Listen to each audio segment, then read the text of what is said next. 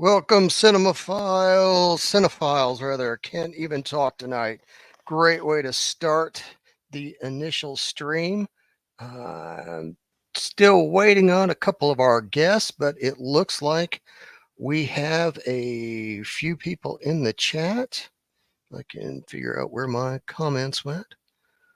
Let's see. On duty is my protocol droid, RU-18 baby. Our good friend Frenchie's Fiber Files is here. We've got Reptile Trevor. Coraon is in the chat, and Coraon, I believe, has joined us. Let me add Coraon in here. Still waiting on Tony, and I think Petey York is going to be by a little later. Yeah. How you doing tonight, Coraon? I'm doing good. I talked to Petey earlier. He's super excited about joining you here, and yeah, man, I'm looking forward to doing this. Thank you for having me on your first official live stream. Well, thank you for being here, man. Well, look, we grow together, right? We build communities as a team. So, let's do that, man. Let's Yes, we do. Yes, we do. On top of that, too, you pick some awesome movies. I mean, don't get me wrong. I can't wait to get into it, but they're movies that have like deeply impacted like fandom, man. Like you pick good ones. Yeah. There are people in the chat on the big show that have asked for some of these time and time again. And so I was just like, I'm going to do my own thing here. I'm just going to pull it back because I know that the boss man hasn't had chance to necessarily see him.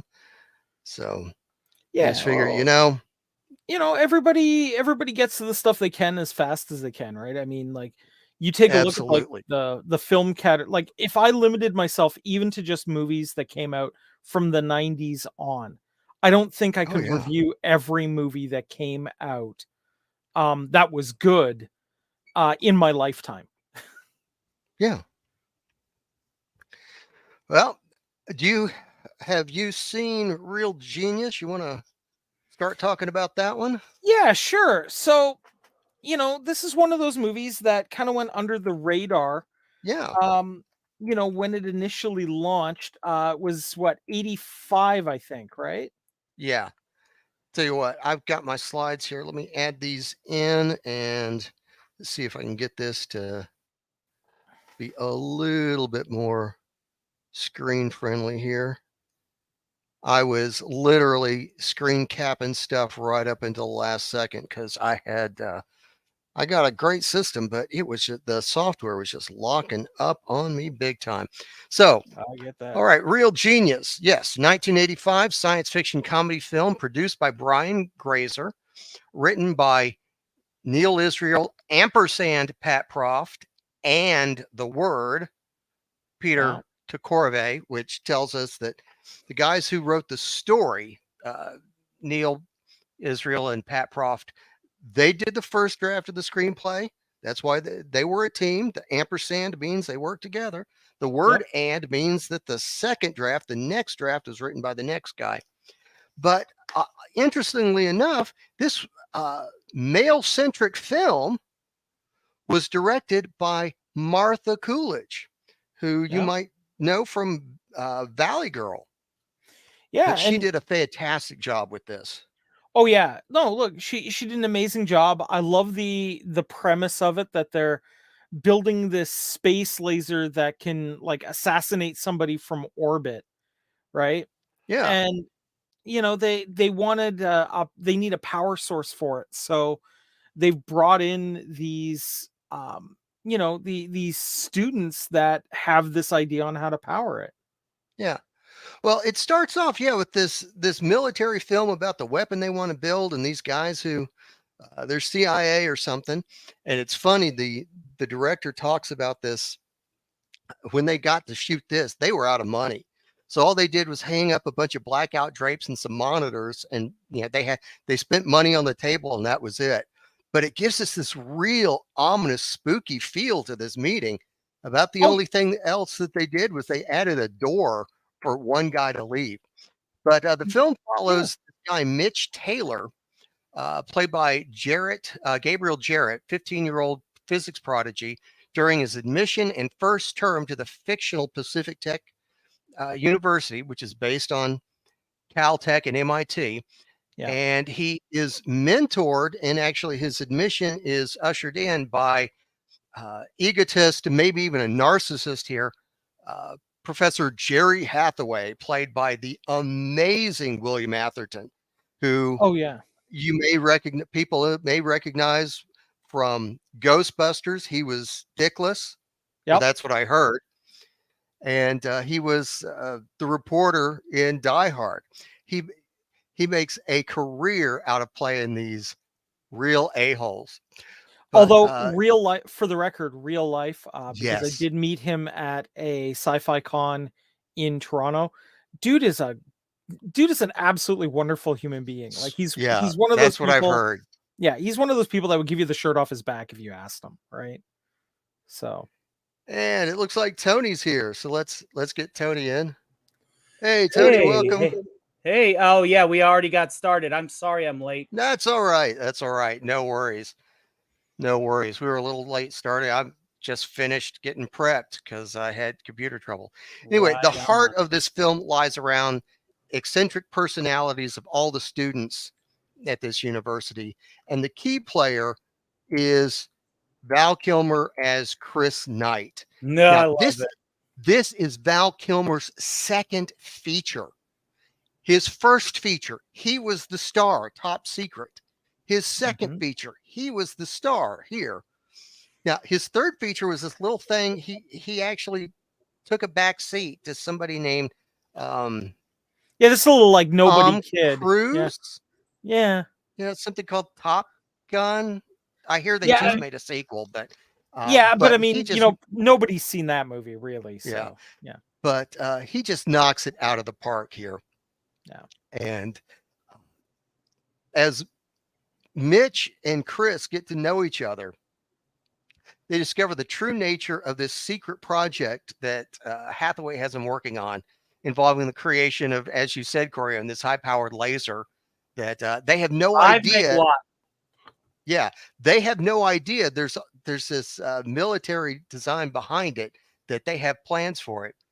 So the film's plot revolves around this Mitch getting to know life as a 15-year-old college student, but then the students figuring out that they're being used for this military project and then doing something about it. It's a clever blend of science fiction and comedy. It takes a lighthearted approach to the lives of geniuses. The producer, Brian Grazer, said, "I want to make smart people the heroes." And that's why this film is so popular in the fandom, because let's face it, if you're in the fandom, you're probably pretty smart. Yeah. I know we all are. I know all of the people in the audience are. And so we identify with these folks. Oh yeah, no, this 100% is what Big Bang Theory should have been. Yeah, no kidding. Right? Like, if Big Bang Theory had followed this formula, we'd still be watching it. But you got to understand, this movie was a smart movie for smart people. Big Bang Show is basically a dumb show about smart people for dumb audiences. True. Yeah, you got to get the masses in television.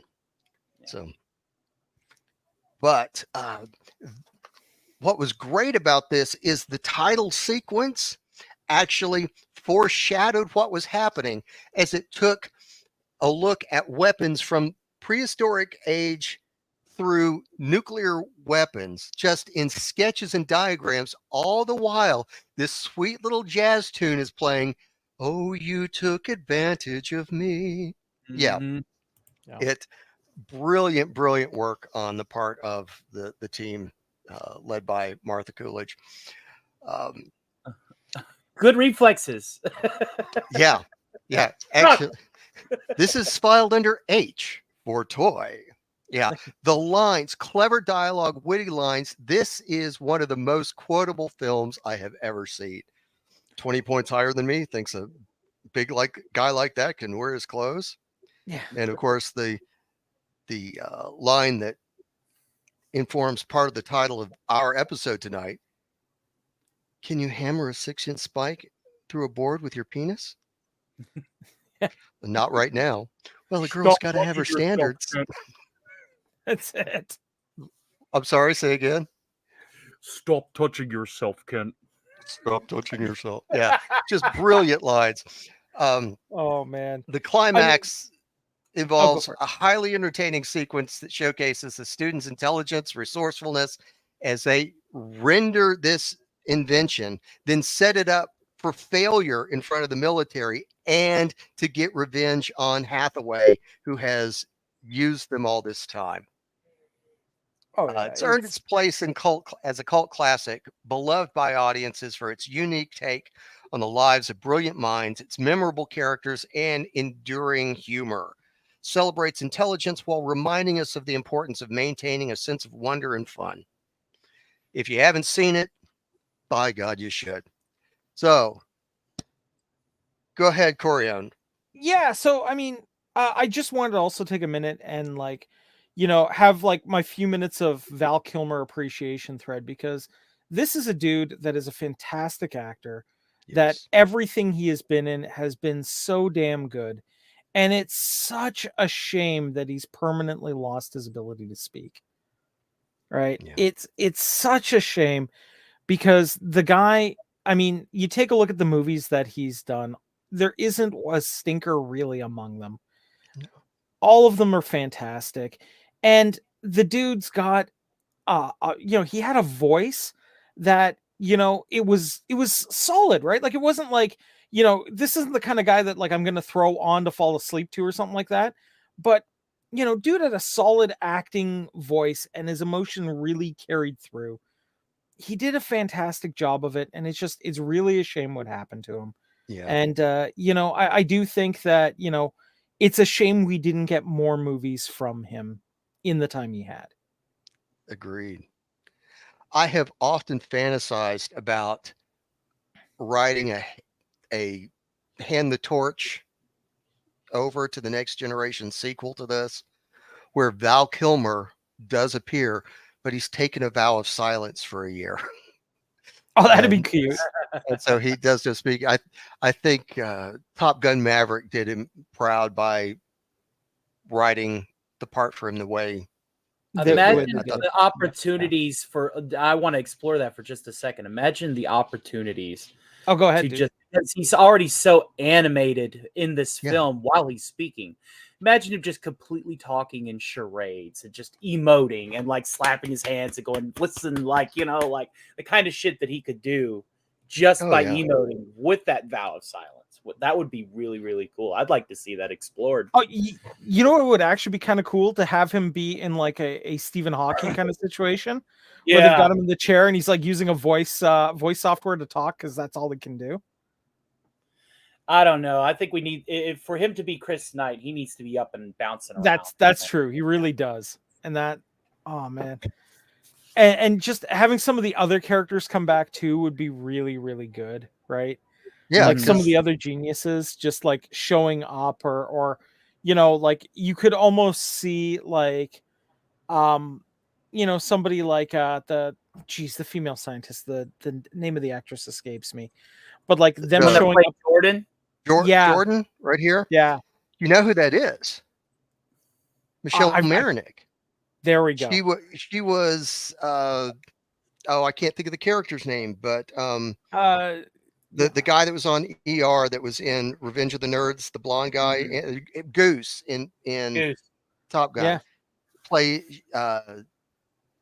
She played his girlfriend in Revenge of the Nerds. And then of course she'd worked with this director in Valley Girl. Yeah, there we go. Michelle Marinick. Anyway, I'm sorry. Go ahead. But like you could totally see like a scene where they're like going to her to like explain an equation. So they go up to her house, they like open the door, and like she's actually like got a family and kids and whatnot, and they start asking her about the equations, and she's like, "Oh, I don't have time for this," and just slams the door in their face and walks off. Right? Yeah. Like she's like the one that actually managed to build like a decent life for herself, and they just completely. Yeah, they just completely be like, "Nah, you know what? Screw you. Get it." You know, like she's like, I got too much time for this, right? Yeah. Oh, can we go back to that one scene there? The tape recorders. The Yeah, tape well, recorders. That was the most brilliant montage because It like was. we should set the scene a little bit because like it starts with like one dude two, recording, and then there's like a dozen dudes recording, and then it's like a lecture hall full of tape decks recording, and then the last one is the professor has replaced himself with a tape deck and speakers speaking to the recorders. Pay attention. It's hard to teach math. On the blackboard. Math hard today. Pay attention to the recording. It was brilliant. Brilliant. Yeah.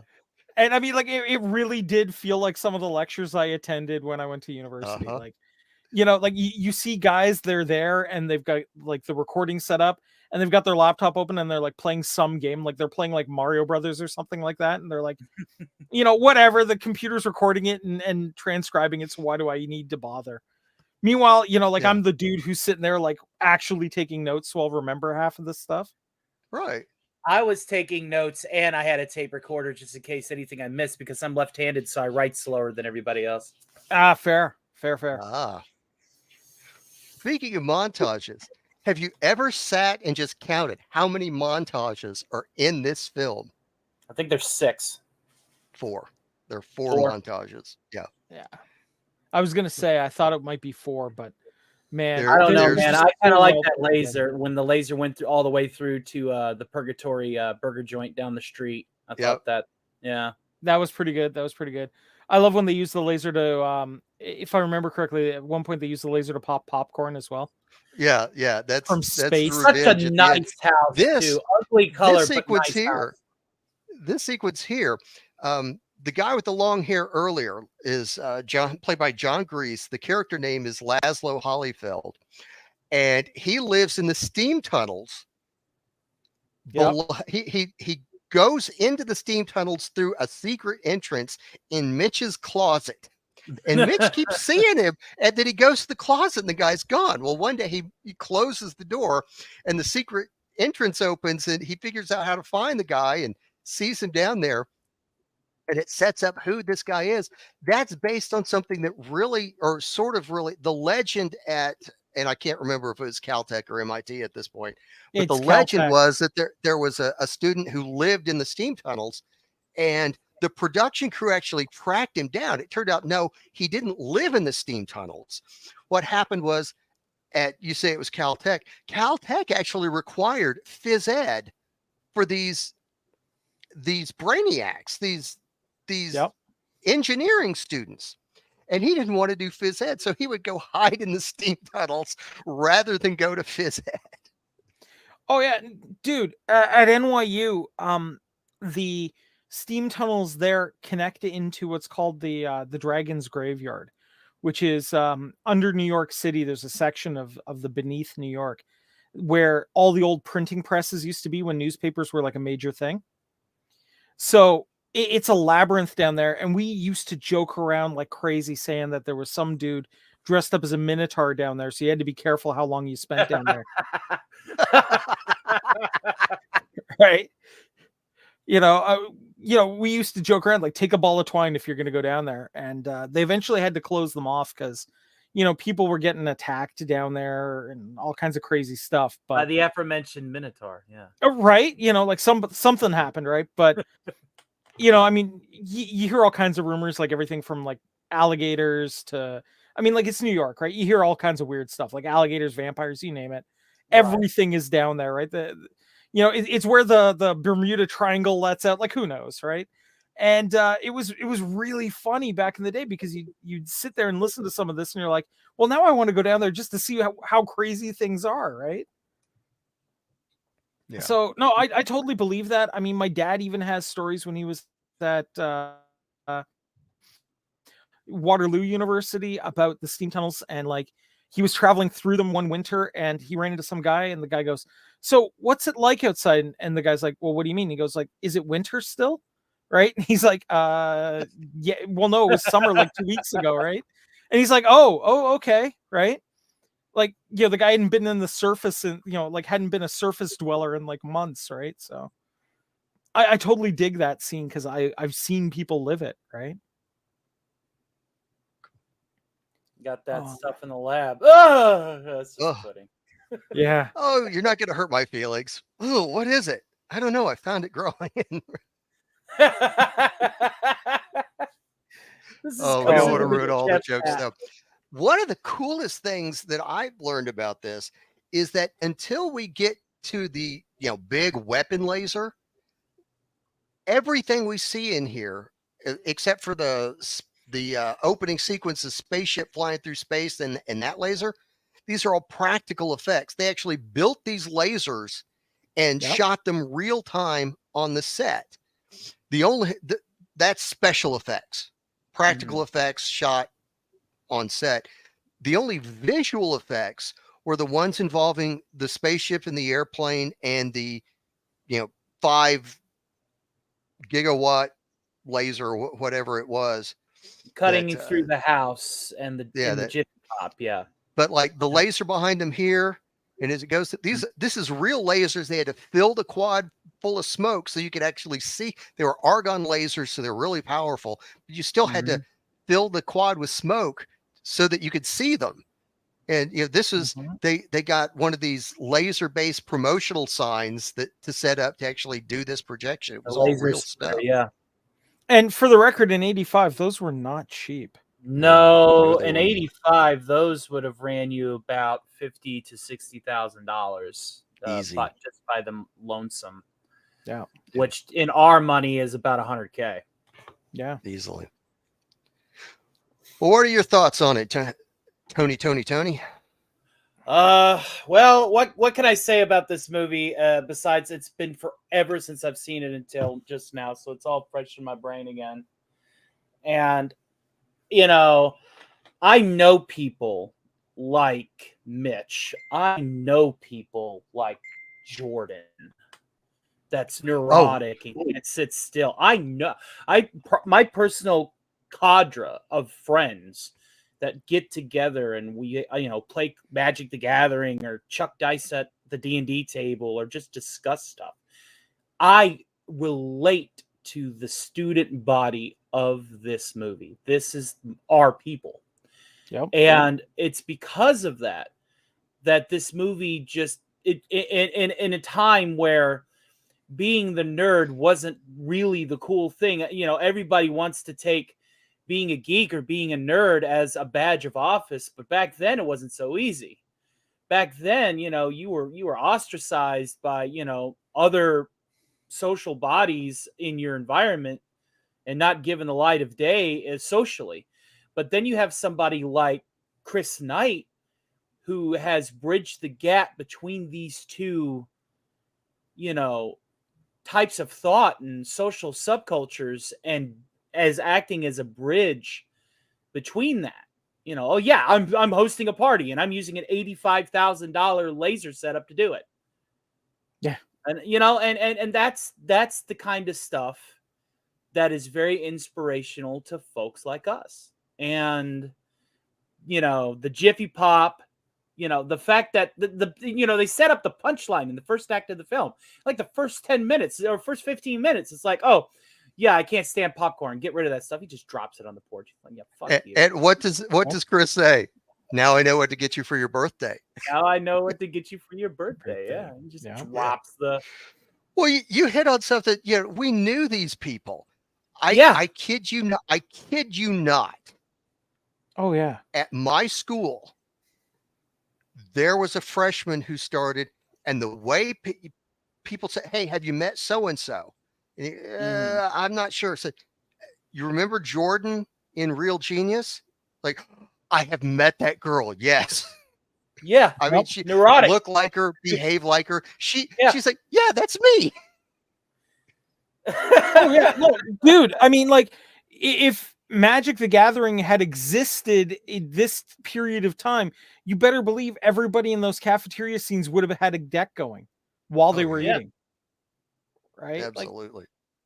Like, well, that's okay. They were busy doing their own things like scripting and custom mud adventures, so we can't give them too much hate. Well, that's it, right? I mean, you can't park that on campus. Yep. Oh, Oh man. and That actually Deborah reminds me of a Foreman thing. from Built a Valley car, Girl. and then rebuilt that car and put hydraulic pumps on it. Well, the Citron actually had the hydraulics in it. That was It one of the did. reasons they chose it. Yeah, One, it was yeah. easy. One, it was a standout shape. Two, the one they found was already that color, so it would stick out like a sore thumb. Three, it was easy to disassemble and reassemble. And four, it already had the hydraulics in it, so it was just a matter of rigging them to do that. So fun story Oh. time. When I was in high school for our senior prank, what we actually did was there was a bunch of construction near our high school. So we bribed one of the crane lift operators to lift the principal's van into our sealed quad. Oh wow. Oh my Right. goodness. And leave it there during the day. And she actually had to have the auto shop disassemble it and move Oh it my through the school goodness. to reassemble it to get it out. What we did was we just got the football team to move the coach's little Rabbit, his Volkswagen Rabbit, into the director's pit in the band room. Nice. And then, yeah, he was able to drive it out. I think that was while Carrot Top was still in band with us. I think that was the first year I Oh, was cool. in band. So, but Oh, cool. You yeah. you went to the same school as Carrot Top, huh? For 1 year. Oh, very Yeah. cool. Very In cool. fact, on the next episode, I'm going to introduce my first game. What would Carrot Top do? Staring at Carrot Top's butt for 1 hour a day for almost every day of a school year makes me an authority on the guy. So, Or at least on his butt. but yeah, I can brag that Carrot Top was my first drummer. So, Very cool. Wow. but yeah, we'll do that next time. But anywho, yeah, just a great film and just great lines throughout. This is probably the competing with the 6-inch Spike line for most quoted line from this film is probably this scene. Do you remember what it was? Oh God. Yeah. I was contemplating the immortal words of Socrates, who said, I drank what? Hit it, man. You Drink gotta what? complete the quote. Is it? I drank what? I drink what? Yeah. Yep. Oh God. Hardly not a good But motivational pitch. You're not good at motivating, kid. But you know what? Getting back at Hathaway, yeah, we can do Oh that. yeah. it's a moral imperative. Moral imperative. Yeah, this is just another example of a real laser that they they rigged this stuff to blow up, but that's a real laser they shot. In fact, all the actors that were part of the core team had to go to laser training school to learn how to work with this equipment as if they worked with it every day. Like you always keep one hand behind your back. Yeah. So that you don't inadvertently create a circuit touching two different things with high voltage and you become the circuit. So when you see them do this stuff, they're nodes, they're really practicing what they were taught. The nodes and terminals on old analog circuitry like that would never fly in today's electrician's code. Oh, no. You had to be incredibly careful, or else you would end up basically being roast pork on the floor. Dude. No. When one of my first jobs after school was I worked in the back of a computer repair shop. And it was me who was at that time like the senior tech, senior tech being like 18 years old. So, right. And this guy brought in a computer. There was a problem with the power supply. So we had to open it up and work on it. So as we're opening it up and I've got these separators, like I got these pliers kind of pulling it apart. I hand them to the intern who's only 16. I go, now look, you see those big drums there? Those are half farad capacitors. Now, for anybody who doesn't know, that's a pretty serious capacitor. It's like a big drum. And I go, if we connect the circuit and they still hold a charge, one of us is going to die. So don't move when I start working on this thing because I'm going to solder it live. So there I am soldering everything together and the dude sneezes. And suddenly I'm through a wall and into the cage. And Whoa. I was literally just blown back through a drywall wall. I get up and I just look at him and I'm like, you. He goes running through the store like a bat out of hell. I'm chasing after him. He runs into the manager's room, locks the door, and I'm banging on the door with a pipe wrench going, no, dude, I just want to talk, right? And the manager comes up and goes, looks at me, looks clearly at what happened and goes, I'll give you 2 weeks off with pay. And I turn to him and I go, 3. And he goes, 3, but you can't kill the kid. And I drop the wrench and go, fine, later, and walk out. And of course, go to see a doctor. Yeah. But man, you can really screw yourself up playing with the high-end electronics like that. So yeah. Oh yeah. I'm glad you did. I'm glad it was, negatively charged, not positively charged, and it just knocked you back instead of bound you into it and kept you on it. Oh yeah, no. If it had done that, I would have been dead. Yeah, like 100%, I would have been dead. Scariest thing I ever did was had to take apart an old classic Mac to replace to upgrade RAM, because everybody told me the yokes on those CRTs are not shielded. Oh, and you didn't. It doesn't matter how long you've had them unplugged; they can hold a charge. And you didn't slip between the case and the cathode connectors, did you? No, I'm alive. I'm here. Oh, okay, I was about to say, if he had diddled the cathode, we wouldn't be here right now. Yeah, right. I was real careful, but it was, wishing I had a mop nurse to dry my brow the whole time. It was. I can bet. I was scared. Oh, dude. Anyway. Oof. Toady, any other thoughts on the film? Outside of that, house was very pretty, but it was painted very ugly. And the estimated, I think there is a factoid out there. I tried to look up the exact number, but the amount of popcorn kernels leaving that house was like 20 to 30 million individual kernels. I don't have the number of kernels. I can tell you this, though. They built that house for the film because they needed to be able to tear it apart and then put it back together in a day or two and film again. They could. They didn't shoot it as a oneer. They actually blew it up, put it back together, blew it up, put it back together. And so they built a house, but they built it in a real neighborhood. And yes.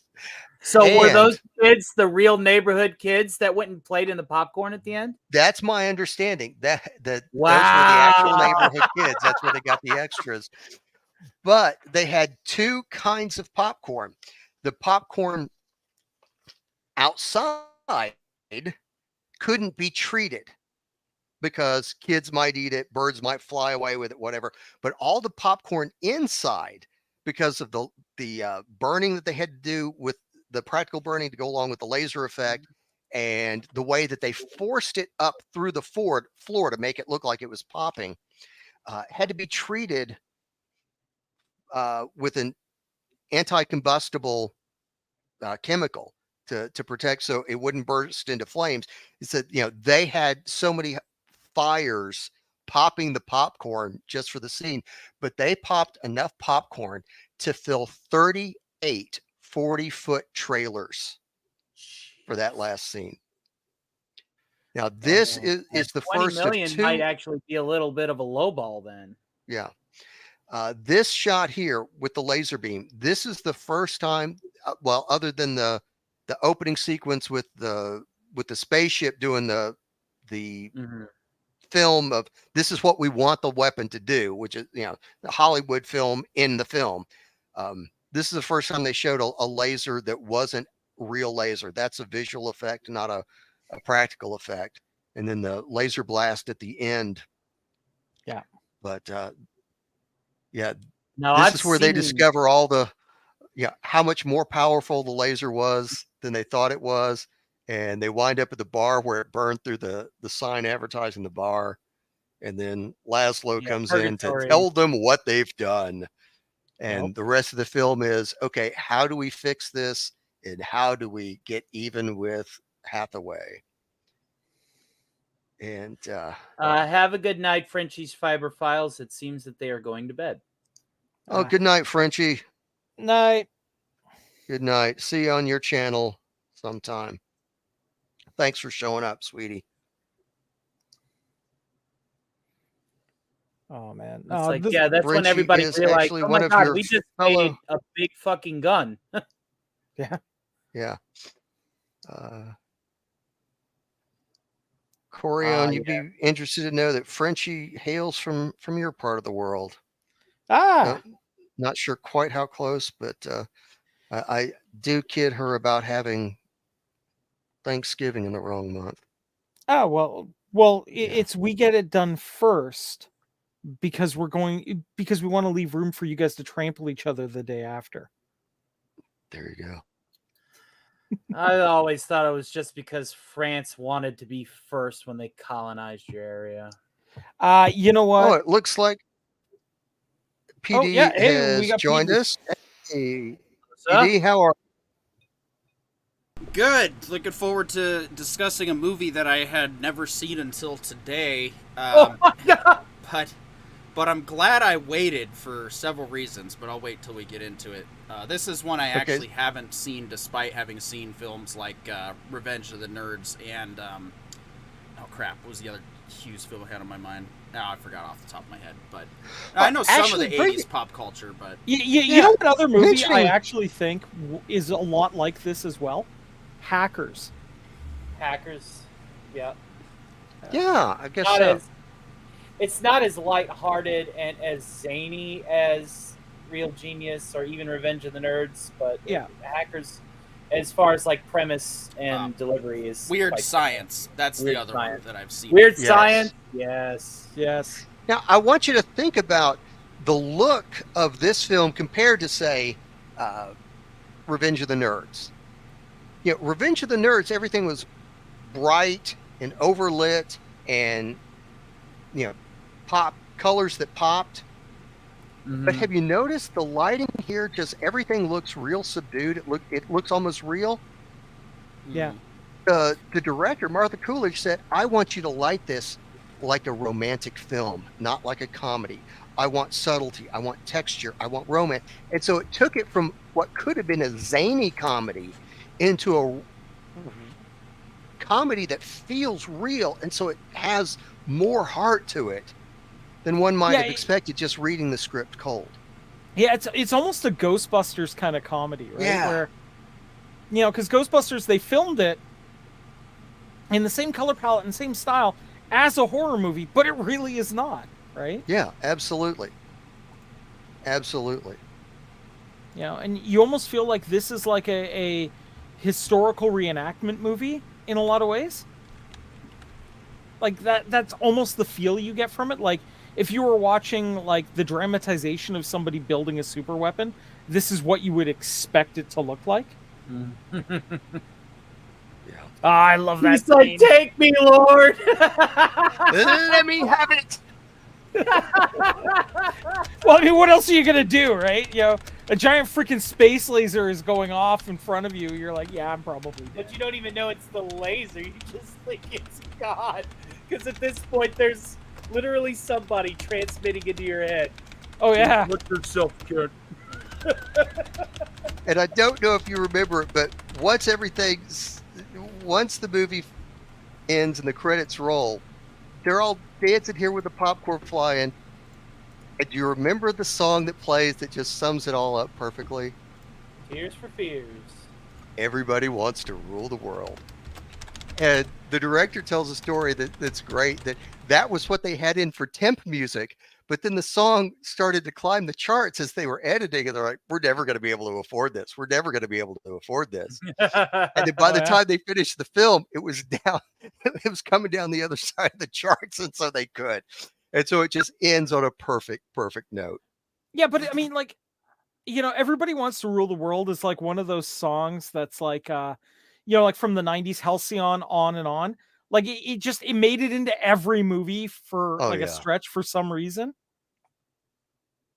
Absolutely. Yeah, I think they need to put it into movies now. Like there should be at least one movie a year that has that song as like its end credits. And just you know what? the rights around. All right, so PD, well, I know that you would love to see Galaxy as a movie. I think what you're going to have to do is, for your soundtrack, just pick songs for the soundtrack that are songs that other movies have used to death as your soundtrack. That has the potential of getting really bad really fast. Well, that's the idea. Are we gonna put limits on it? Because like if we're gonna have like John Williams, and we're gonna do like Star Wars and Star Trek, that soundtrack is gonna get crazy real quick. Oh no! I'm not talking like good ones. I'm talking stuff like Everybody Wants to Rule the World, Halcyon, on and on, like the 80s Matrix pop hits. Yeah, the Matrix Let's Fight music, like just Mortal all Kombat of that. Got to be put in there somewhere. Mortal Kombat from '95. Yeah, there you go. Yeah, right. So you gotta do the 80s, early 90s. Needs to be in there. Yeah, it's funny because it feels like Eye of the Tiger or some other Queen song, right? Yeah, it feels like 80s synth didn't truly peak until like the early 1990s. That was when it finally found its stride, but then everybody was so sick of it. It was like, all right, new sound, and then, here it comes alternative rock, and well. Yeah. Anyway. And in general. All right. Any other thoughts before we move on? So we've got here in the chat, we've got Reptile Trevor, Frenchie's Fiber Files left, and I think that's all we've got in the chat. So let's change gears here and go to the other film BUCKAROO we're here to talk about tonight. BUCKAROO Banzai, let me get this right. The Adventures of BUCKAROO Banzai, Across the Eighth Dimension. This film was actually intended to be the first of a series of adventures that just didn't come into being. Yeah. It's a 1984 film, cult classic, directed by W.D. Richter and starring Peter Weller, and virtually an all-star cast. Quirky, imaginative film combines elements of comedy, action, and adventure, creating a unique and memorable cinematic experience. Film follows the adventures of Dr. BUCKAROO Banzai, a brilliant neurosurgeon who, in his spare time, takes up particle physics, becomes a rock musician, and the leader of a peaceful paramilitary. Yeah. All rolled into one charismatic guy. BUCKAROO is not your typical hero. He's a polymath with a penchant for eccentric fashion and an equally unusual team known as the Hong Kong Cavaliers, each with their own set of skills and quirks. The story kicks off when BUCKAROO and his team conduct a daring experiment that involves traveling through solid matter, breaking the boundaries of science. In the process, they inadvertently open a rift in the space-time continuum using their own flux capacitor. No, I'm sorry. In this film, it's an oscillation overthruster. That's right. Yes. Attracting the attention of two warring species, the red lectroids and the black lectroids, who feed off electricity, hence red and black, positive and negative. Turns out, though, that the red lectroids are the bad guys and the black lectroids are the good guys. The red lectroids are led by the enigmatic Lord John Worfen, played by John Lithgow, and he's the only human inhabited by a lectroid. All of the other lectroids are real lectroids in real lectroid bodies, but they emit this signal that convinces people to see them as human until we find a way around it. Yeah.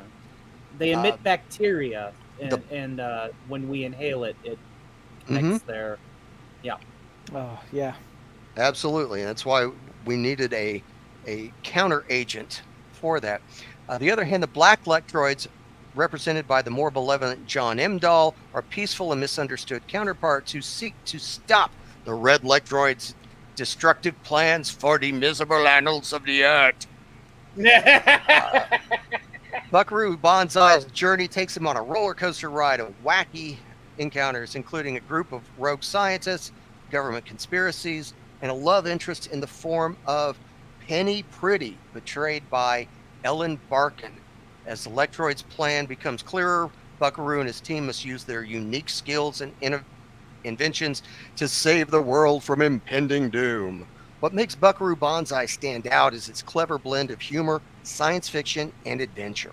The film has a distinct retro-futuractive aesthetic that pays homage to pulp science fiction of the 30s and 40s. And infuses it with a dose of 80s flair. Now, while we're here, anybody recognize this guy? Oh, God. I thought I did. I mean, I'm pretty sure he's... About 5 more minutes, Chief. He worked the radar range in Airplane. Yep. And he played a character named Mike Armentrout on a little show called Breaking Bad. Ah, very cool. You remember Mike, who worked for Saul? Yeah. Yep. Or did work for Saul. Did some work on the side for Saul. Yeah. Anybody remember the show Quincy M.E.? I've never actually seen him. Jack Klugman. This actor, Robert Ito, here he's in gray wig and powdered mustache. He played the young lab tech Sam in that whole series. When I saw this movie, it was like, Sam! But anyway, the film's fast and frenetic pace with a plot that takes unexpected twists and turns keeps the audience engaged throughout. The action sequences are inventive and filled with witty banter and an eclectic soundtrack featuring music by the Hong Kong Cavaliers, Buckaroo's band in more ways than one. When Penny's arm gets jostled and a shot fires, the band reacts interestingly. Hey, don't be mean. Just remember, no matter where you go, there you are. There you are. Now, this guy playing bass, anybody recognize him? The character name is Pinky Carruthers, but that is, and I'm drawing a blank on his name here. He wrote the song Billy Vera, thank you. The song In This Moment, that he had a #1 hit with that song after it was used on an episode of Family Ties, and then became the theme for Michael Fox's character and his girlfriend. That the actress, actually, they wound up getting married in real life, but through their ups and downs, that was their song. And this guy playing bass, Billy Vera, actually took that song to #1. But when the gun goes off, and not to interrupt or be super rude to tell you how to drive your ship, of course, but I may want to update your ticker at the bottom since we're going through. Oh, thank you. Yeah. Trying to do. Oh, bro, we all do our show. Hosting and presenting is hard, ain't it, Kyle? I'm still waiting. God. Yeah, I'm still waiting till I think we maybe had one close to near perfect show on the Ryder Brothers after one whole year. It hasn't happened yet. There's always one thing. I forget to mute somebody after the theme, or I forget to even unmute myself half the time. It's the joys of doing a live production. Oh, dude! If I ever have a Rogue Council episode where we stay on task the whole time, I'll be shocked, man. That one especially, yeah. But that would take the Rogue out of the council. Well, true, right? Nice. Committed to the entire theme or the entire title. That's awesome. I just thought it was hilarious that every one of these guys was armed to the teeth, and when the gun goes off of the audience, they all bam. They're all ready to go. Kill that spotlight. They make Knock out the A-team. They make old Yeah. Hannibal's boys look like amateur hour. Hey Oh, man, yeah. all I can Oh, say yeah. to that is, man, everybody thinks they're a music critic is the only solution to that. Oh, absolutely. Well, Buckaroo Banzai wasn't a hit at the box office, sadly, which is why we never got any sequels. But it's gained a dedicated cult following. Its unique blend of humor and science fiction and adventure, along with its memorable characters, quotable dialogue, and a clever inclusion into the plot of the infamous Orson Welles' War of the Worlds broadcast, as if the events really happened, just make this film a beloved classic. Oh yeah, man. Look, It's This is- it's that level of camp that sets it a bar above the rest. Like Absolutely. it's so campy, but in a way, the film is very much self-aware, and that's Oh, another very thing. much. It knows that the technobabble just in the opening scene at the test site for the rocket car. The technobabble, if you know anything about the actual science behind the terms they're throwing out, is completely convoluted. It's like none of this Yeah. makes any. Yeah, like Which it's is pure in verbal complete spaghetti. contrast to Real Genius, where in Real Genius they made sure everything that they said was either real or plausible. Like that Yeah. laser they invented was really developed 2 years later. A frozen a frozen chemical laser didn't exist at the time, but 2 years later it sure did. Oh yeah. But Sorry, well, could you yeah. clarify PD. what specific technobabble are you referring to as being like actual technobabble? Oh, like in Real Genius, like almost all of it is. Real Genius's technobabble is really good. Right, The right. technobabble at the base, whenever everybody's just communicating over the radio and they're saying, "Oh, well, the magnetic field is holding at this charge of Right. such and such megajoules," and then somebody will actually put in like a biochemical phrase, and then they'll all throw right, in we're yeah, replacing the prom with our e-prom. I was like, man, that's yeah, solid. yeah. Yeah, well, Yeah. that's And then what they I throw noticed, in- though. This little polynomial ought to keep them. This little polynomial. Yeah. Well, when he's talking in this scene here, though, this was the part that I thought was actually grounded, though, in actual Yes. quantum theory. Yes. And that's Yes, what I. yes. It's the basis of string Yeah, theory. yeah, yeah. Now from there it gets ridiculous and silly, of course. Yeah, They, yeah, you know, yeah. that's what But that's also what the Star idea Trek of it, did, though. right? Yeah.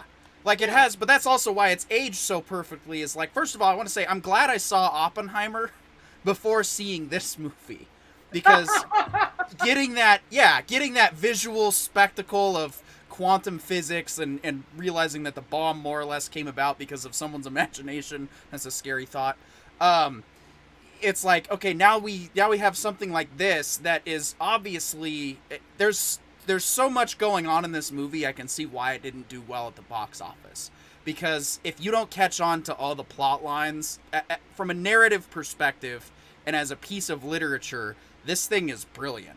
Like, there's all kinds of layers to unpack from what you mentioned with the War of the Worlds skit turning out to be real, which now we have the, you know, right now in modern day we have the government coming out saying the aliens are real, and so this is like a good introduction into actually seeing this stuff, what it could possibly look like in real life, because it's crazy and it's wacky, but I'm looking at the spaceship and everything and I'm like, it's just thrown together, and that's the whole point. It's supposed to look bad because they're just trying to get their ship functional to go home. They don't actually need it, you know, to look pretty. They don't care if they destroy the Earth in the process to get back. Like, the character motivations weren't unbelievable. Everything about this film, as far as the acting and the characters, is what sells it, because everybody takes it seriously. Like, Yep. It's every 80s trope stacked into this crazy plot, but it's all good. Like, the only thing that's cheesy is the effects, but it's like, well, they say the same thing about Star Trek. Star Trek doesn't have the best visuals at times, but holy crap, are the plot lines amazing. And they packed all of this in like under 2 hours. Like, where's this writing in Hollywood? Yeah, this Exactly. film is a comedy. It's a sci-fi. It's an action film. It's a spy thriller. They It's tried even to got a do everything. romantic B plot, and and the best use of martial arts I've ever seen in my life. Kicking a guy in the balls. Okay, now I'm going to tell you something. That's real martial arts right there, because Yep. Buckaroo Banzai is also a martial artist. Because of course he is, right? He utilizes his talents and his years of training to just go for the most efficient attack. Kick the alien in the nuts. Worst case scenario, if the nuts aren't located in the alien there. But Exactly. he lucked out. Yeah. So Speaking of aliens, does anybody recognize this actor from a TV show a couple of decades ago? Oh God! Did anybody ever watch Mantis? Alias? Oh, okay, yeah. No, I The only caught a J.J. couple Abrams show episodes. put Jennifer Garner on the map. Yeah. This actor, Carl Lumley, played her partner for the first several seasons, Marcus. And Marcus was always in disguise. And in the episode when they went to Vegas, this was the disguise he wore. He totally wore this actual outfit in the episode. he's rocking that Rick James look, man. Yeah, the Rick James look, the silver jacket, the tight pants. That's awesome. So yeah. Oh well, Anyway. I mean, like, dude, if you're gonna do it, like, do it right. I think he also had his own. If I remember, yeah, he did. He played the main role in the science fiction series Mantis as well. Yes. Yeah. Yes, Real I'd quick, forgotten that. Reptile Trevor says, I'm going to be honest, I've never seen either of tonight's films, so I'm taking all of this in for the first time. Even for what I caught of the Real Genius discussion, I'm already sold. I'm going to have to make time to watch that. So I hope we encourage some viewing in your future, Reptile Trevor. Kylo sent me a link. He can send you the exact same one, Petey. It's actually, I found it on archive.org, so I guess it's been released to the public domain. For Real Genius, let me encourage you to shell out a few bucks for the 4K. Okay. It is absolutely gorgeous. Yeah, it's worth it. I saw both of these for the first time in the cinema.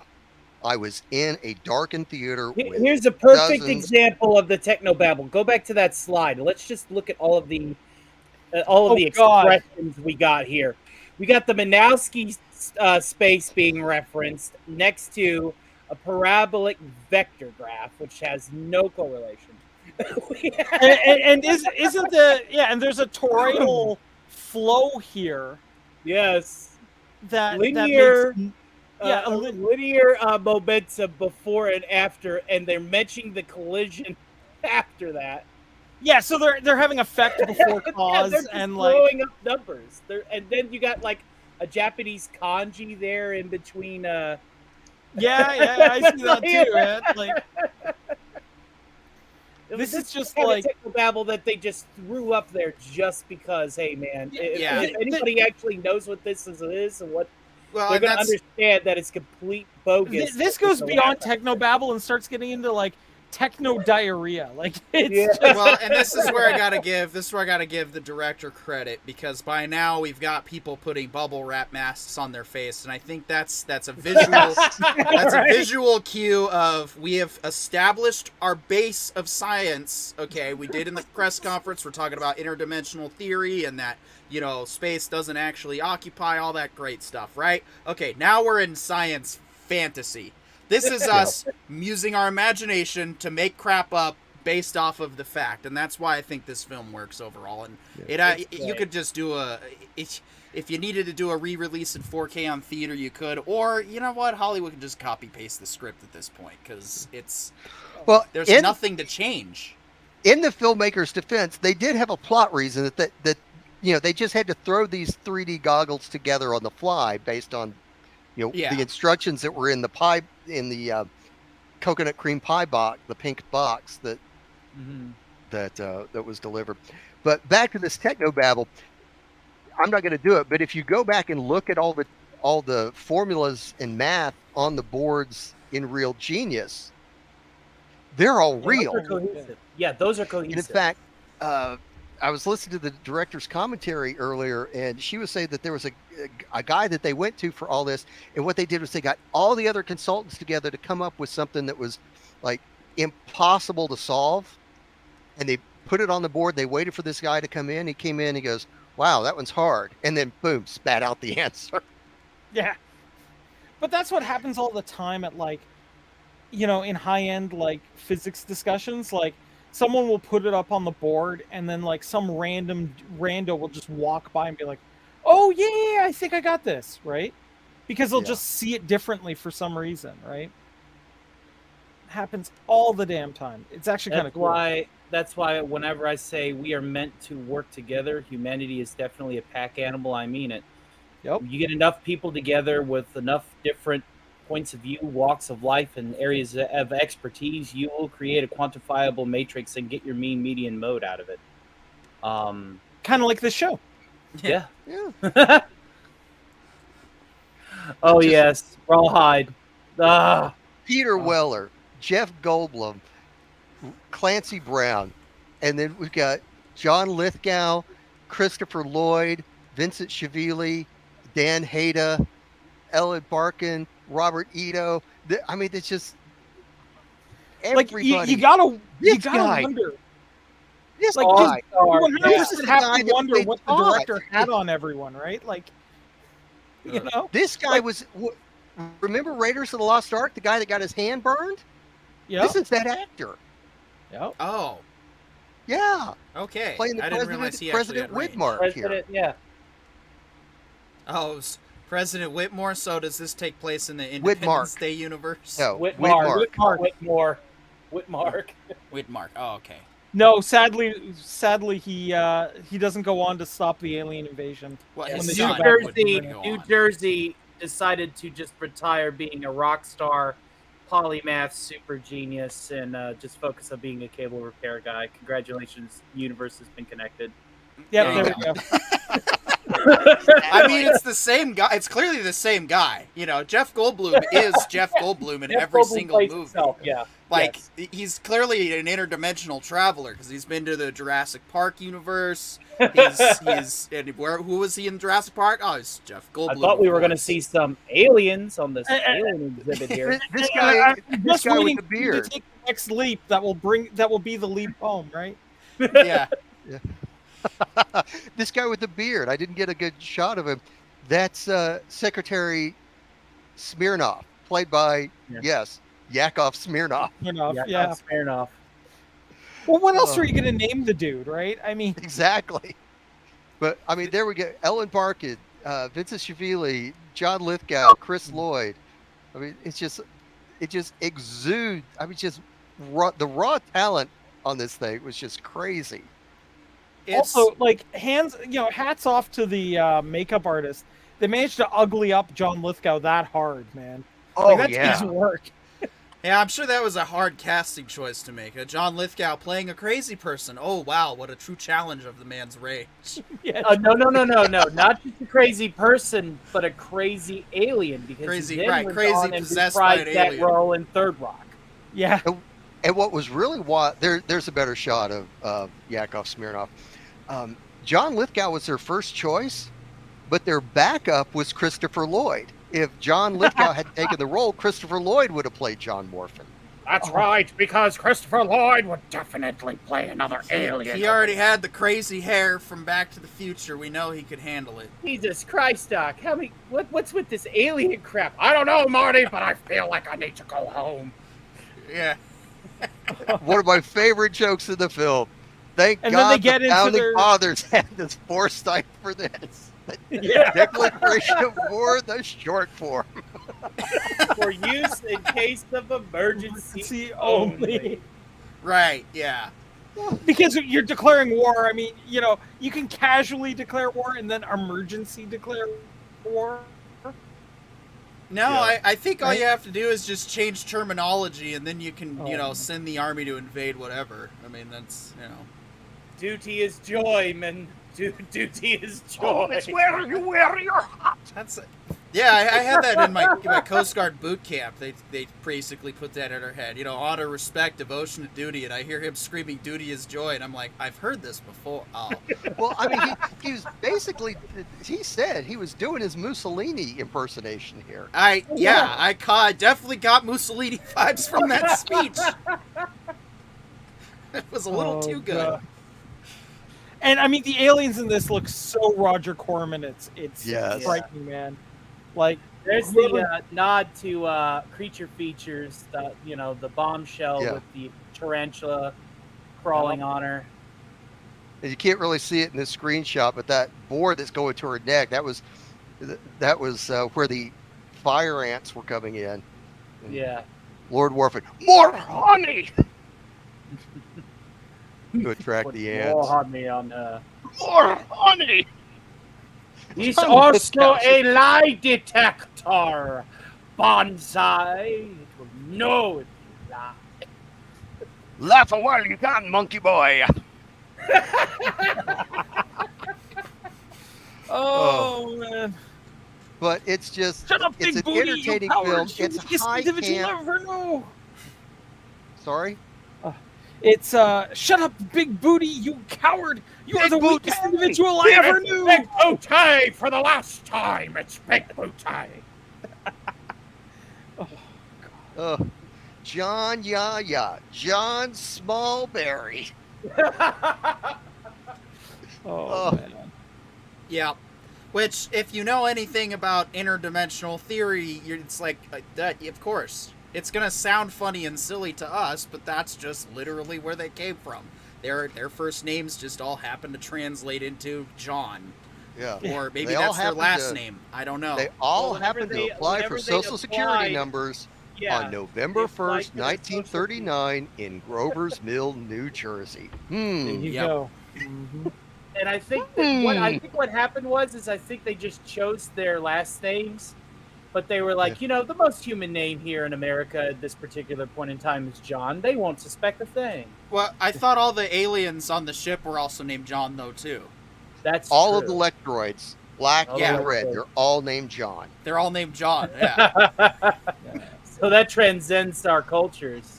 Exactly. Yeah, that's why I was like, it's the funny and guy haha, with his but head. it could be He possible. fell on like, his head. Let's Yeah. hope John Paca gets through with our message to See, Buckaroo.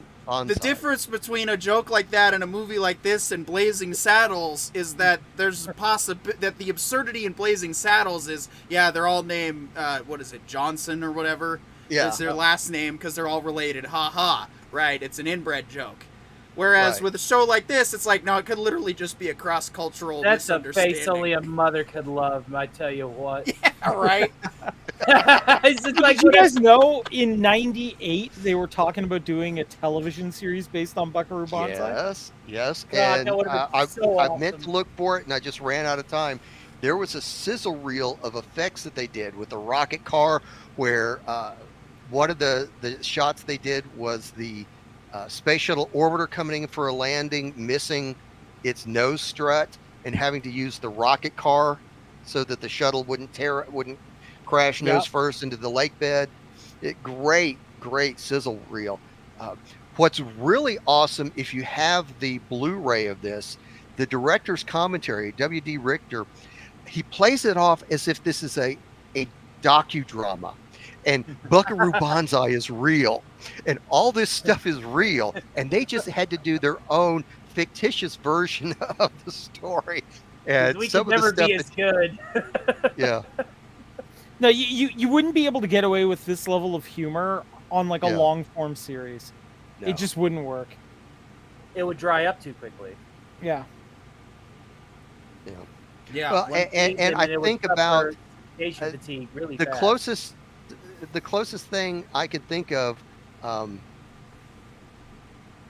in terms of that kind of sense of humor in a series was short-lived Fox series, The Adventures of Briscoe County Jr. Yes. That was a Leave fantastic it a series. Yeah. Yeah. I did not. Yeah. It was, dude, but Bruce I think Campbell's it's series, it's so good. yeah, and I think that the writers burned out on trying to maintain that kind of sense of humor throughout. But that's what makes this just such an enjoyable film. Yeah, it's quotable. Yeah, it's campy, but you don't care. The plot lines don't make sense. It's still well written. Everything works if you consider, the era and that it isn't supposed to take itself too seriously. And with one or two exceptions, the performances just really sell it.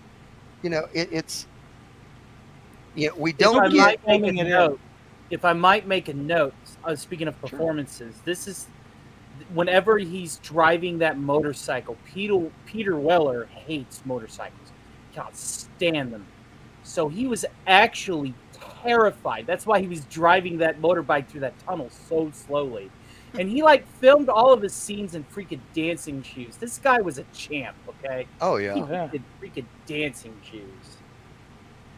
Oh no, dude! Whenever you saw his face in those shots when he's coming out from underneath the tunnel, that wasn't him acting. He was legitimately terrified. Oh yeah. No, and I mean you can't blame him either, right? I mean, yeah. You want me to drive that screaming metal death trap? Are you kidding me? Oh yeah.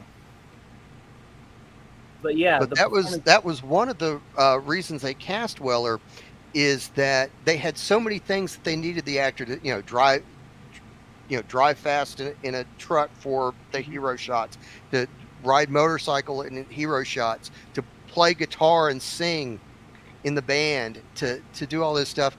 And my recollection of reading a pre-release article in Starlog was that Weller had been an army brat and moved around a lot, and so he had some little exposure to all these skills, because every time he landed at a new base with his family, you're never sure what you're going to be getting for a vehicle or anything. Yeah, and he found a new pack of friends that were into something new. Yep. So he's able to connect. He's able to connect in that way intimately, where he moved around from place to place, just as his character, would pursue this career, then this career, then this career. Yes, exactly. The only difference, of course, is the dude is Mr. Fantastic in that he can do everything, right? Oh please, Buckaroo Banzai would be able to beat Reed Richards in a game of 4D chess with a blindfold. Okay. Oh yeah, well exactly, right? That's the fun behind the character is. Oh yeah. These guys are all Mary Sues. They're good at everything. They're good at everything. They're scientists. They're mercenaries. They're band members. They're so unbelievable, and that's what makes this work so well, is because it's we get it. These guys are all supermen. But they still fail. They still face challenges and fail. When the aliens break in, they lose a member of the team. Penny gets kidnapped. They have to rescue her. She dies, and it's only a gift from the black Lectroids at the end that bring her back. It's This excuse me. This movie to me feels like we've already seen these characters on a show. The first 5 or 6 seasons have already taken place, and this is what we're seeing at their peak performance, and that's why as Tony mentions, the Mary Sue aspect of it does work, but also they still aren't. They're good at what they do, but they're not perfect. They fail at. They were extraordinary to the point that we needed an even more extraordinary scenario to challenge them. Exactly. Yeah. And so the suspension of disbelief in this film isn't that hard in the long run. It's literally part of the mythos of the character. I'm trying to get back to that early shot, is that although nobody's really seen Buckaroo unless you've been to a concert, one of these small club shows, everybody knows who he is. That he's got a comic book. That's what's in the box, the latest issue. Here, when John Warfin is breaking out, I can't remember if I pointed this out. Arcade. The video game. He's playing the high score page of that like it's a real game. But look at it's the Buckaroo Banzai and Hong Kong Cavalier video game. Yeah. In the story, everybody knows who they are.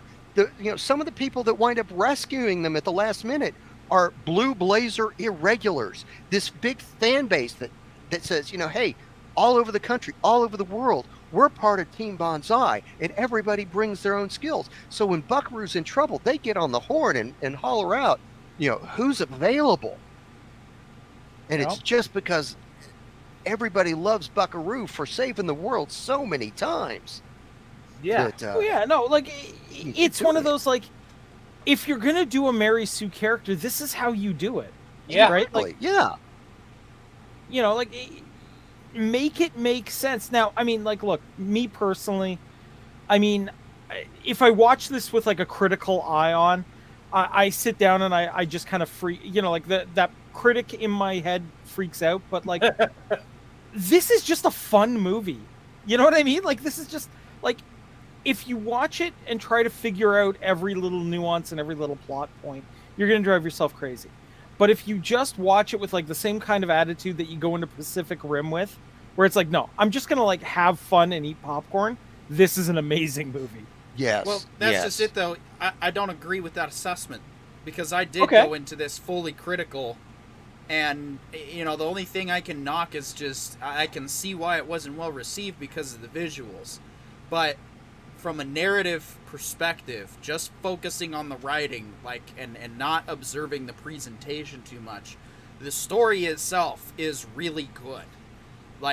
It's the reason why this film has probably aged so well, and probably because there's nothing but garbage coming out of Hollywood mostly these days, with a couple of personal notable exceptions. But the point is, I go back and I watch a film like this that I could tell just based off of the name was going to be over the top. Right. I almost feel like the writer's room consisted of, all right, we're going to do this story, and we're going to go into it with the mentality that Coraon got out of it, and that's so we're going to have fun making it. We're going to base it on actual science, so it's, grounded on something, which, as it turns out. But then it's like, I don't think they actually planned this movie to be a huge success. I don't think they were making this, actually shipping it to be like, oh my gosh, this is going to be the greatest movie ever. They clearly knew what they were doing, because every 80s trope is on display in this film. Oh yeah. It's almost like a studio. The studio had high hopes for it, and they pushed for it. They were just, the creative team just wanted to call it Buckaroo Banzai. And it was the studio that being pushed named The Adventures of Buckaroo Banzai Across the Eighth Dimension. They wanted to set up a franchise, not realizing what they had here. Yeah. God, I can only imagine what they would have done for a sequel with this. And they should. They might as well. I think everybody in this is still alive.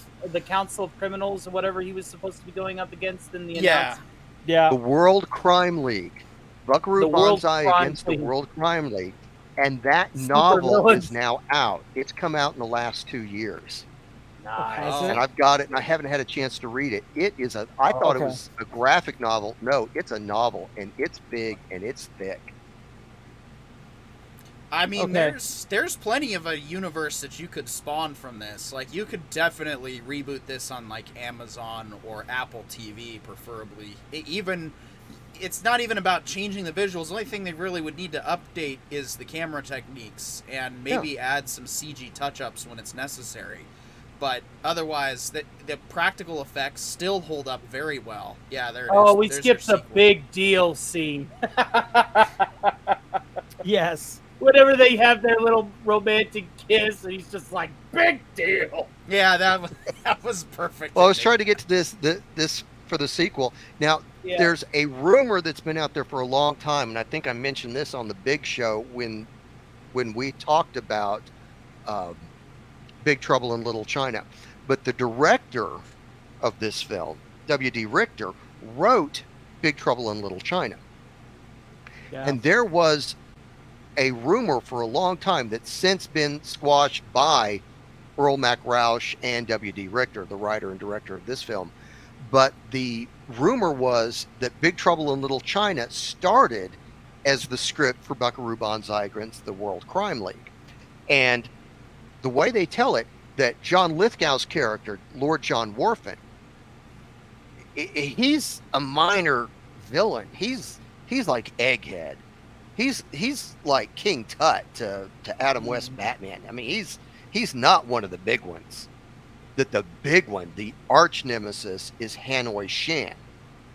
And the rumor was that David Lopan in Big Trouble in Little China was actually originally Hanoi Shan. Now, the creatives say no. But if you want to think about what could have been, there are a lot of people who thought that connection made sense. That would have been really cool. Actually, having at the very least having them happen in the same universe. I think so. Yeah. Yeah. So the studios clearly thought the script was like legit and not an obvious parody love letter kind of film to 80s tropes. Yeah. Well, remember, it was the 80s. What do you think the true. studio heads were doing at the time? Let's see. Yeah, I'm trying to remember my cinema. When did Predator come out by this time yet? Yes. This was 84, so it was right about the same time. I don't remember which came out first, but the same year, I believe. Oh, okay. But let's just remember that, like, at this point in time, there were a lot of yachts, a lot of young ladies, and a lot of white powder being consumed off of said young ladies. Yeah, I guess you could say that's part of what... But no, it's... I didn't hate this movie at all. Quite the opposite. Like I said, I think maybe it wasn't intended to be this great masterpiece of cinema, but I mean, comparatively speaking, it's aged so well. Oh, yeah. You look at modern day cinema, shows, whatever you want to say, like modern, let's just call it modern narratives. Because at this point, movies and shows are pretty much the same with the run times that they have. So really, it's modern narratives. It's very similar to those, and yet it's so good. And that's the difference. It's like there's all kinds of subplots that are taking place, and it's all wrapped up in an hour and a half. It doesn't take 10 episodes to tell every single thing, and so I absolutely enjoy this movie. So thanks for asking me to watch it. It was well worth my time. Oh yeah, dude. I appreciate it. As my protocol Troy points out, it's about time to wind down the stream. So yeah, let's go around and final thoughts and plug your stuff. And let's just start with Coraon, if you don't mind. Yeah, so final thoughts. Look, these are two movies from the 80s that are absolutely fantastic and worth watching. If only because, you want to have a good laugh. You want to have some good fun, whether it be, like the weird, campy kind of fun of BUCKAROO Banzai, or like the amusing Revenge of the Nerds, classic 80s comedy that did not hold back, of real genius. As for me, first I want to thank DBK, man. Awesome of you to have me on as one of your first guests. I really appreciate it. I'm glad that when you... Guest. Well, okay, so then I guess I am the one that is assisted in breaking your live stream cherry, and I just want to thank you for the opportunity. And listen, I run my channel, Coraon Witch in Residence. What I do is I take a look at pop culture movies and explore the more spiritual elements of them. This last video I did is super impactful. It's about an incident that actually happened not far from my hometown. It's a pretty big deal that it happened. And I really do think that it's worth checking out, and I'd really appreciate it if your audience wouldn't mind giving it a look if they got a chance. All right. Thanks for being here, man. I really appreciate it. It means the world to me. Anytime, Tony Big Boutte, your thoughts and plugs. Well, your oscillation over thruster is shit. No, the 1980s is a pivotal point in pop culture for many reasons. The first is it started to embrace forms of science, the potential of computers. Everything was slowly going from analog to digital. Hairspray was super flammable. And these two movies represent two sides of a very similar coin. One being over the top and unbelievable, but also engaging to the point that you will suspend your disbelief for it. And the other being more overly relatable and enjoyable and touching your heartstrings as you see this kid grow up in a world that is out to use the little guy that just happens to ace his tests. Both of these things are just phenomenal takes that you're never going to see repeated ever in cinema, because it just wouldn't have the same energy. When you break ground and you do something new, it has an energy to it that is evergreen and will last forever. It can be emulated, it can be copied, it can be repeated, but it will never have that same energy. And these two movies will always have that energy. I run a dinky little show called Start Saturday Matinee, where I little dinky. No, it's a great show, folks. Where I get on there and I do voices and sing songs and throw haphazard comedy sketches together for my viewers. I am having a late show format coming down the line. We're talking like, Johnny Carson, Jay Leno kind of late show, where I'll be able to, go over the news. It's going to run its own commercial breaks. It's going to be off the charts when I get it done. So again, imagine the production work I'm going to have to do for that show, Kylo. You got some catching up to do. Yeah. And if you need help with anything involving producing as you present and host your own show, and I understand there's a lot of work, and you need any advice, I'm there for you, buddy. Welcome to the game. Thank you, welcome Tony. to the game. We're happy to have you here. And I believe that's all she wrote. Guess it's up to PD now to wrap us up. Yeah, I actually. Transition. Yeah, I also run a very tiny channel myself. Actually run a couple of them. One under my own name, which I may have to consider doing a aged like wine video for Buckaroo Banzai, because this film has aged tremendously well since, it was my first time watching it, and I'm like, yeah, if you've never seen it, you should. The youtube.com/@thewriterbrothers. If you like Coraon and you want to see more of Coraon, not on Coraon's channel, you can catch him every Tuesday with me discussing pop culture. We're typically a variety network. We also do game streams. I'm currently limited to old games because my GPU, after 5 whole years, has decided it's done and is swirling the toilet. Can't wait to get rid of it. It's disappointing, but it is what it is. So I've been doing classic games. I think I'm probably going to stream some Jedi Academy later. We'll see. A lot of fun doing that. And but yeah, thanks for having me on for your first show. This was a lot of fun. Hopefully I can do all the homework next time. If you guys will post your links in the private chat, I'll post them in, because I don't think I've added you guys as wrenches. Oh, careful with who you delegate that power to. Yeah. Are you implying something, my friend? If you'll post them in the private chat, I will post them in the No, I'm public just chat. a Blade Runner when it comes to chat moderation. I mostly go after bots. Fair enough. People are like, You I don't ask like them- that person. You I'm like, ask then them mute the them yourself. Turing test. Do you start with the tortoise question? No, he like full on void comps them. It's amazing. Yeah, no, it's shoot first, and then it's like the stormtroopers in Jedi Outcast. You stop or I'll shoot after they've discharged like 5 shots already.